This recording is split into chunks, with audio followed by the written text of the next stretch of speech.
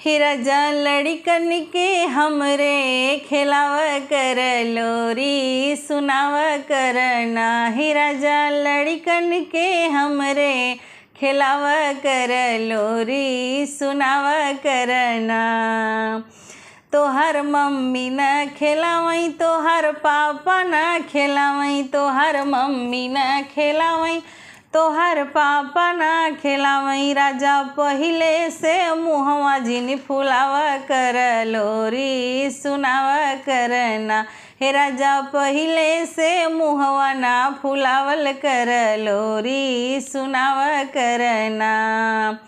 हे राजा लड़िकन के हमरे खिलावा कर लोरी सुनावा करना। तोहर भैया ना खिलावई तोहर भौजी ना खिलावई, तोहर भैया ना खिलावई तोहर भौजी ना खिलावई। अपने कंधवा पे बैठाई के घुमावा कर लोरी सुनावा करना। अपने कंधवा पे बैठाई के घुमावा कर लोरी सुनावा करना। राजा लड़िकन के हमरे खिलावा कर लोरी सुनावा करना।